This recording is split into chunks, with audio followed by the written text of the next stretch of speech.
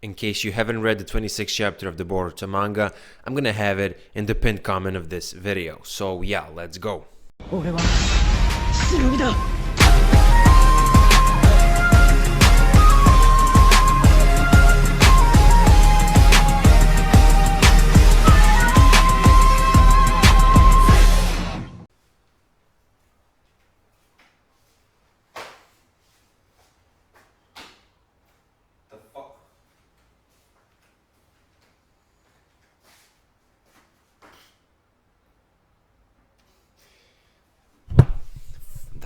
Fuck is going on, bro? This manga is too fucking good. Shout out to Different. She was the one who made the thumbnail of this video. I would really appreciate it if you guys could follow her on Twitter, because she, posts a lot of Boruto related tweets and all that. And as I said, she was the one who created the thumbnail of this video.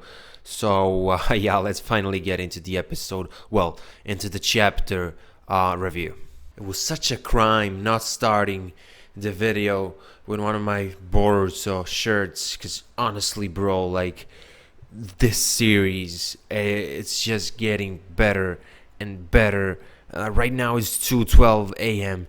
and I really can, I can't be too loud, but I'm at the point where I could literally act like an edgy 16-year-old fangirl. These overly loud girls, right? That's the state I'm in right now, and I'm not even joking. That's how much I enjoyed this chapter, and I read it only once, and I don't want to read it for the second time because the adrenaline that I will get because of excitement will stop me from sleeping at all. And a couple of days ago, I started waking up at 6 a.m. every day. I started meditating, wanted to make like a change in my life. So I'm going to wake up at 6 a.m. either way. And I think I'll finish everything by 4 because I'm super slow. And at least I want to get 2 hours of sleep, okay? And if I read this chapter once more, the adrenaline is just going to be too high. And I won't be able to sleep at all. So like this chapter, oh my god, definitely my favorite chapter of the Boruto manga. I felt some strong Naruto Part 1 vibes throughout this chapter, and it just threw me off guard because I didn't expect this. Naruto Part 1 is like the most nostalgic thing for me. It brings me back to my childhood and all that. And, I just fucking loved everything about this chapter. And I guess that I owe you some type of, explanation as to why I felt such strong Naruto Part 1 vibes. Well, basically, for like the most basic example, when Naruto and Kawaki were interacting, and when Kawaki was trying to get away from Naruto, I instantly remembered Naruto and Ebisu. I think his name was Ebisu. He was gonna hammer his sensei, and it's so nostalgic because you have this moment where Kawaki's trying to run away, and then he sees Naruto in front of him, and he's like, "What the hell happened?" Stuff like that. Also, in Naruto Part 1. Themes such as discrimination and isolation were really heavily emphasized in the Naruto series, right? Especially we had the whole thing with the Chinchurikis and how they had no friends and all that. And then you see Kawaki, he's in a similar situation, meaning that a lot of people just see him as this, in this case, the car members see Kawaki as this vessel, right? It's not the same as the Chinchuriki, but it's kind of similar because, still people don't call you by your name. They just refer to you as this nine-tails brat and this vessel brat, right? And it's so, and then you see Naruto kind of relating to Kawaki, and it's just so nostalgic, especially because, we even saw Gaara in this chapter, mentioning, how he was a Chinchuriki as well. I just thought this chapter just gave me some Part 1 vibes, Kawaki being very edgy, just like Sasuke used to be. Of course, everything is justified because of their backstories, and also some type of friendship / rivalry is starting to be built, I guess, in this chapter, especially at the end when, Boruto and Kawaki properly say their names to one another. It's like, I was just, fanboying all over the place when I was reading this chapter. Now, with that being said, let's analyze the first like 10 pages or something like that of this chapter. I've been mentioning this throughout, different manga reviews that I've been uploading for the past couple of months. But like Boruto, as a series, it has a lot of dark shit, and like you see Jigen experimenting on all these children, right? And we finally see Amado. Amado was teased many chapters ago, around chapter 16 or something like that, maybe even chapter 16, doesn't even matter, but that's when he was mentioned for the first time. I don't think he has a Roman numeral on his face like, most of the inners of the car that we saw so far. Because, like, all of us kind of, it was kind of logical that if you have a Roman numeral, you're one of the inners, right?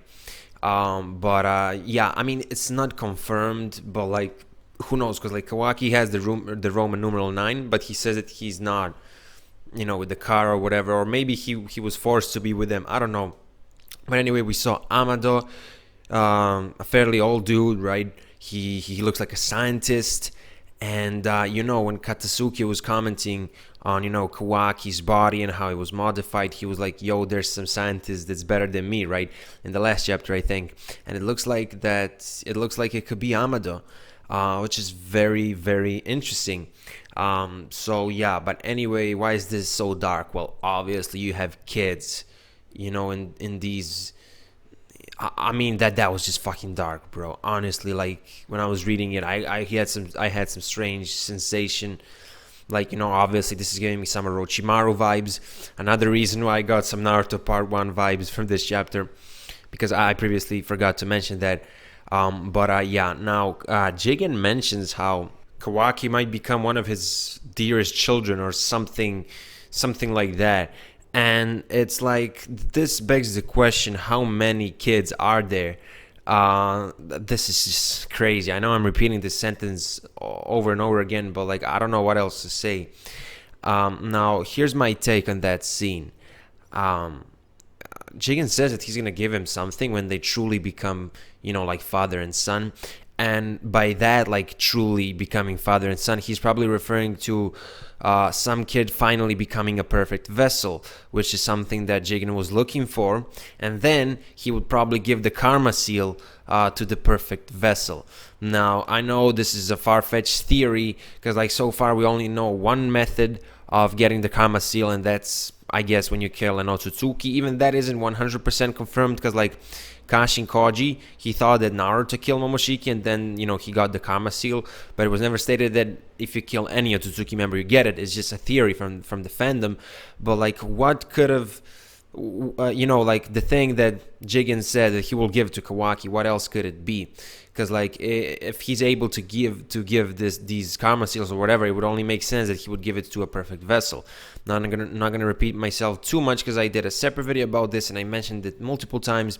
But the reason why Kawaki is a perfect vessel, of course, this is a theory, is because there's a strong chance that he's from Jugo's clan, and obviously Jugo's clan had Sage Transformation as a natural ability, and we all know that even Otsutsukis don't have Sage Transformation, And why am I saying that he might be from Jugo's clan? Well, just look at his attacks from a couple of chapters ago when he was fighting against Garo. That really looked similar to what Jugo used to do with his body. So, yeah, now, at one point, I think that Jigen said, like, if you accept me as your true father, you won't be empty anymore. I think that at this point, I'm pretty sure that this is just, some emotional manipulation. And it's really tragic, because we know that Kawaki was tortured as a kid physically by his father. And, his father sold him, which is a disgusting thing. And now, we know that, well, we already knew that, different people experimented on Kawaki. But, like, in this chapter, you see Kawaki seeing all these kids in these tubes or whatever. And you just feel bad for the character. And slowly but surely, Kawaki's becoming one of my favorite characters in all of Naruto. And I'm not even joking. But, I mean... slowly. I still need to see a lot more from his character, but he is very, very promising. Anyway, after that super dark Jigen scene, we see a hospital scene with, Kawaki, Shikamaru, and Naruto, and this is where the true greatness of, this chapter starts. You see Naruto, he's looking kind of smiling at Kawaki, who just woke up. He has this chill attitude. Naruto was always really good at reaching out, at reaching people's hearts and becoming friends with them. And that's why I really appreciate his character and the way he's written. And at one point, I think he says that he's the Hokage, and he's like, I don't look like it, right? And I'm just, really, really loving this because, Naruto is my favorite anime character. Not only, Naruto character, but I'm talking about all anime and manga. And I've seen around between 30 and 40 series, which is a lot of series. And, I'm just loving these character interactions of Naruto and I guess Kawaki. Now, Shikamaru and Naruto had like a mini conflict. Shikamaru was worried how this kid could be a spy from the Kara, he's dangerous and all that, and Naruto made that parallel between him and Kawaki because everybody was afraid of Naruto, and he just doesn't want to, I guess, quote unquote, discriminate Kawaki and all that. He kind of wants to trust him. He wants to be next to him for he wants to be there next to him so he can, I guess, observe him. And obviously, I think it's not just going to be observations. He's going to try and reach out to Kawaki, and kind of change him in a way. Because obviously, Kawaki has some trust issues right now, which is understandable because of his past. And I just enjoyed that conflict, that argument between Shikamaru and Naruto. Because obviously, Shikamaru is thinking logically, literally, this kid could already be a spy. But Naruto and his optimistic attitude, something that we saw for so many episodes and chapters during the Naruto series, and it just it makes sense, so to say. Obviously, Kawaki was very defensive. He even tried to escape, but Shikamaru was the one who stopped him. I thought that little detail was nice, and overall, I really, really enjoyed the hospital scene. And yes, I don't know how I managed to forget this, but Naruto makes a parallel between himself and the third Hokage, right? And Kawaki and him, right?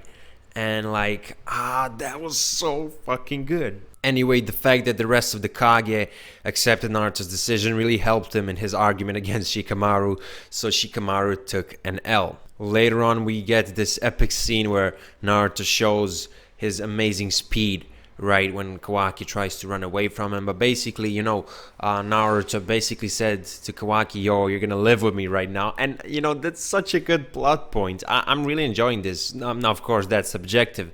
But, yeah, anyway, he says all of that. But Kawaki is very defensive. And as I said, very, very defensive because, he's been dealing with a lot of bad people throughout his life, and he thought that Naruto was going to use him. He was having some inner doubts, which is why he, ran. And still, Naruto was trying to, sort out the situation with his attitude. He mentioned, I think, how Hinata's cooking is great or whatever, or how the dinner is going to be delicious. Something like that. Doesn't really matter. But you get the point. He was trying to be extremely friendly to Kawaki, but it just wasn't working out. I mean, throughout this chapter, you had a couple of these scenes where Naruto's thinking in himself, I can't reach out to this kid or whatever. There were a couple of funny moments which I really, really enjoyed.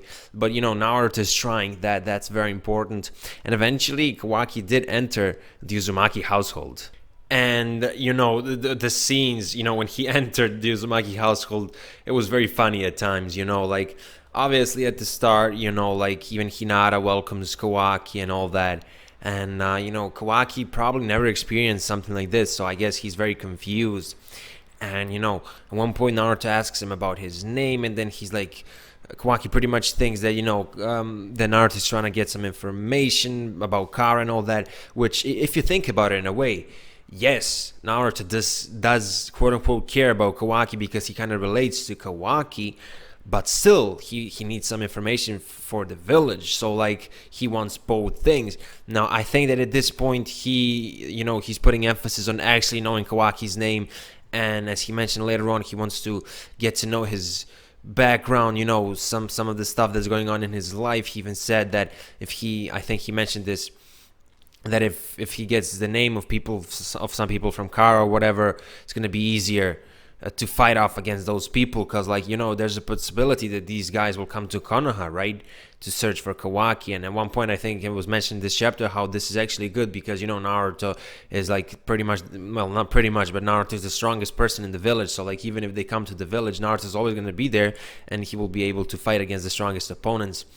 But anyway, going back to the point that I was trying to make earlier, Kawaki thinks that he's being used all the time, because that's what's been happening throughout the majority of his life. Unfortunately, a very tragic backstory, but that's just the way it is.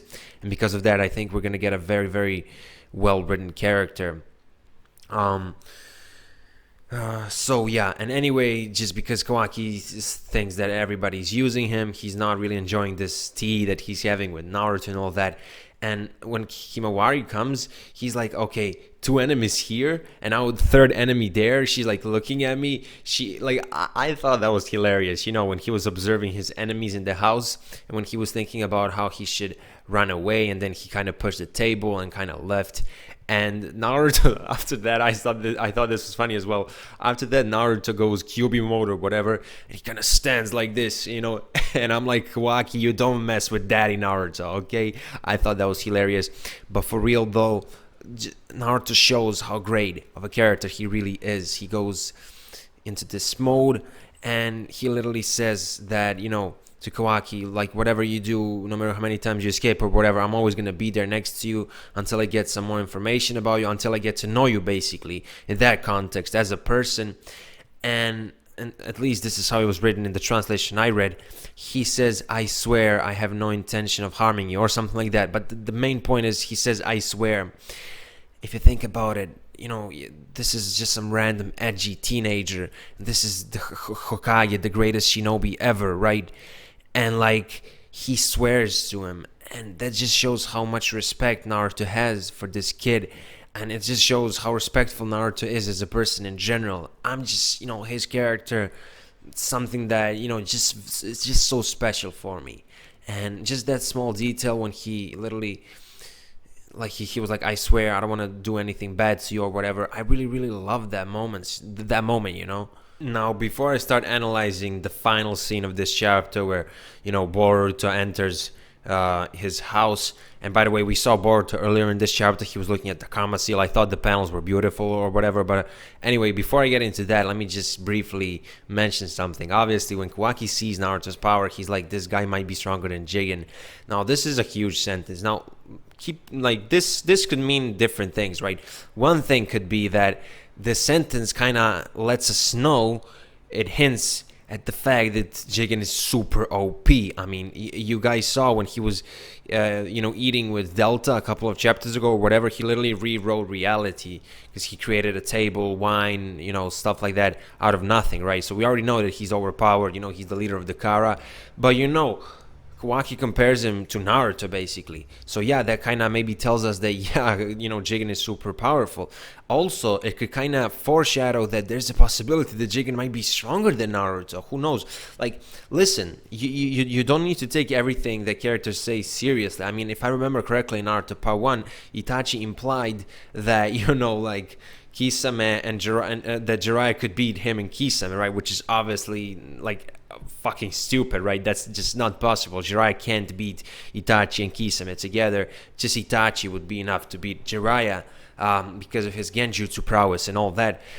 But, like, you know, as I said, you don't need to take everything like 100% as facts, you know, when characters say it, because, like, Kawaki just saw some of Naruto's power. Like, there's just much more to it, you know, the destructive powers of Naruto and all that. Even though he saw his speed, that wasn't his maximum speed, you know, and stuff like that. So, like, but I'm just saying, this sentence, it's very thought-provoking, you know, and it makes you question how strong, how strong, it makes you question how strong Jigen is, you know. Like, I don't know, I just can't wait to see Jigen in action. Imagine getting Naruto versus Jigen one day.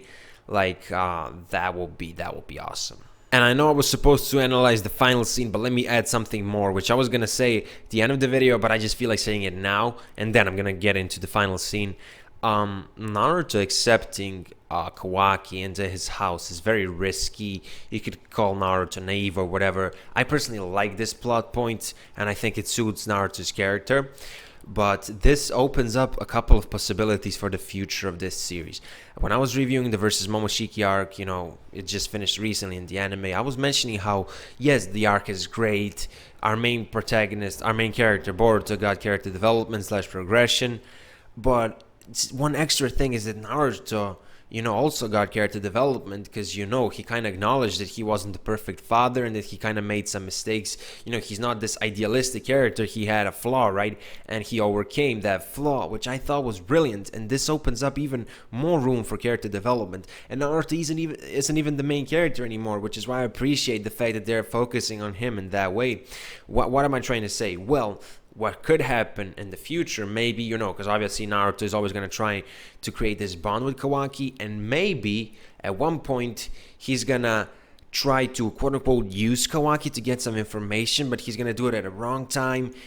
He might get misunderstood or whatever, and then Kawaki could get angry at him or whatever. As I said, something like that might happen. Now, also, what could happen if Kawaki kills somebody from the Konoha in the future, Naruto would be like, yo, maybe I'm too naive. Yes, this worked for the majority of my life, but you can't always be lucky or whatever. Even though it's not only luck, it's something much deeper when it comes to Naruto's character. But this situation, it's a gamble, because Kawaki could generally be a spy from the Kara. Yes, Naruto probably thinks that he's the strongest right now in the world, but we don't know how strong some of these Kara members are, and stuff like that. So this opens some room for character development in the future of the series. Just imagine if I don't think this is gonna happen, but maybe Boruto could get quote unquote jealous of Kawaki's and Naruto's relationship in the future. I don't think it's gonna happen. Even if it does happen, I think it's gonna be executed really well, because a lot of Boruto's character development is executed perfectly so far. A very complex protagonist, and it's not only the struggle with his father that he had throughout the series, and the thing that was resulting in the versus Momoshiki arc. He kept developing throughout the Boruto series, and I've been reviewing the anime ever since episode 1 aired. And I've talked about many different instances where he developed, so I'm not gonna repeat myself, but the point is, I'm really enjoying the fact that this gives room for character development of Naruto in the future of the series. Now, yeah, let's just get into that fucking final scene already, okay? Boruto enters the house. He's surprised as fuck when he sees Kawaki. I think he calls him an asshole, or something like that in the translation that I read. There were a couple of insults later on, which I thought was hilarious. And basically, he saw that, this vase or whatever was broken, and he gets very angry about it. But before that, when everything was explained, he kind of accepts that Kawaki's gonna live there. He's annoyed by his attitude, which is normal. This really reminded me of Naruto and Sasuke, and how Naruto was annoyed because of Sasuke's behavior and attitude towards life, towards everybody. Naruto, Sasuke told Naruto at the end of part 1 that, Naruto never had the family in the first place, that he couldn't fully understand Sasuke. Later on, Naruto managed to fully understand Sasuke, so I'm wondering when will Boruto fully understand Kawaki. Obviously, first of all, he needs to know his backstory, and right now, this Kawaki, he doesn't seem like the type that would easily say his backstory anytime soon. Maybe I'm wrong, I don't know, this is just how I see it right now. But Boruto kind of accepts that Kawaki's gonna be there, but he gets pissed when he sees the vase and how it was broken. And I think that he kind of gets into this mini conflict with Kawaki. And when Kawaki sees that Boruto is angry just because Himawari gave it to Hinata, so it has a deep meaning to it, that vase. When Kawaki sees that, I feel like he kind of got some respect for Boruto, because he moved Boruto's hand, because Boruto was holding Kawaki like this, and he's like, my bad, and there wasn't any malice to it. He didn't really genuinely apologize, but still he says my bad, which is it's like an apology in a way. And for a guy like Kawaki to say that, it makes me like his character, because he's not 100% edgy, because that wouldn't be realistic. But I think it was because of Boruto's attitude and the love he showed for his family that Kawaki was like, okay, he kind of apologized, and he even said that he didn't do it on purpose. I mean, he implied, because he said there wasn't any malice to it, because obviously there was this small conflict between Naruto and Kawaki. And later on he tells Boruto, yo, I'm Kawaki, right? And I feel like that kind of shows that he got some respect for Boruto, which is why he told him the name. And then Boruto tells him tells him his name. Let me just look at the chapter for a second. Yeah, in my translation it says, I'm Kawaki, you shithead. And Boruto says, I'm Boruto, remember this, you freeloader. I expected a stronger comeback from Boruto here, but yeah, guys, 10 out of 10. They're setting up Boruto's and Kawaki's relationship so well. They're setting up Naruto's and Kawaki's relationship. Overall, this chapter had a different tone, I guess, when you compare it to the past couple of chapters, because it was only action, plot twist after plot twist, action, and all that. Now you get like a quote-unquote slice of life chapter, a bit like chill chapter, right? Some decent art, some decent panels and all that. And nothing wrong about this chapter. I'm personally a huge fan of it. I already told you that it's my favorite chapter of the Boruto series. 10 out of 10 for me. And it's like a really 10 out of 10. Not only because I like it, obviously, because every review is a little bit subjective. It's not possible to be 100% objective, right? But objectively, I think it's a 10 out of 10. Not only because I like it, because it was just done so fucking well. And also that's mini flashback with Kawaki and all that. I just loved everything about this chapter. That was your boy Hokage. It's further in this link in the description below. Also link to my second channel where I talk about other anime manga will be in the description of this video. If you're new to this channel and if you're into Boruto, consider subscribing. And obviously you have the comment section where you should let me know what you thought about this chapter. That was your boy Hokage, and I will see you in my next video. Bye.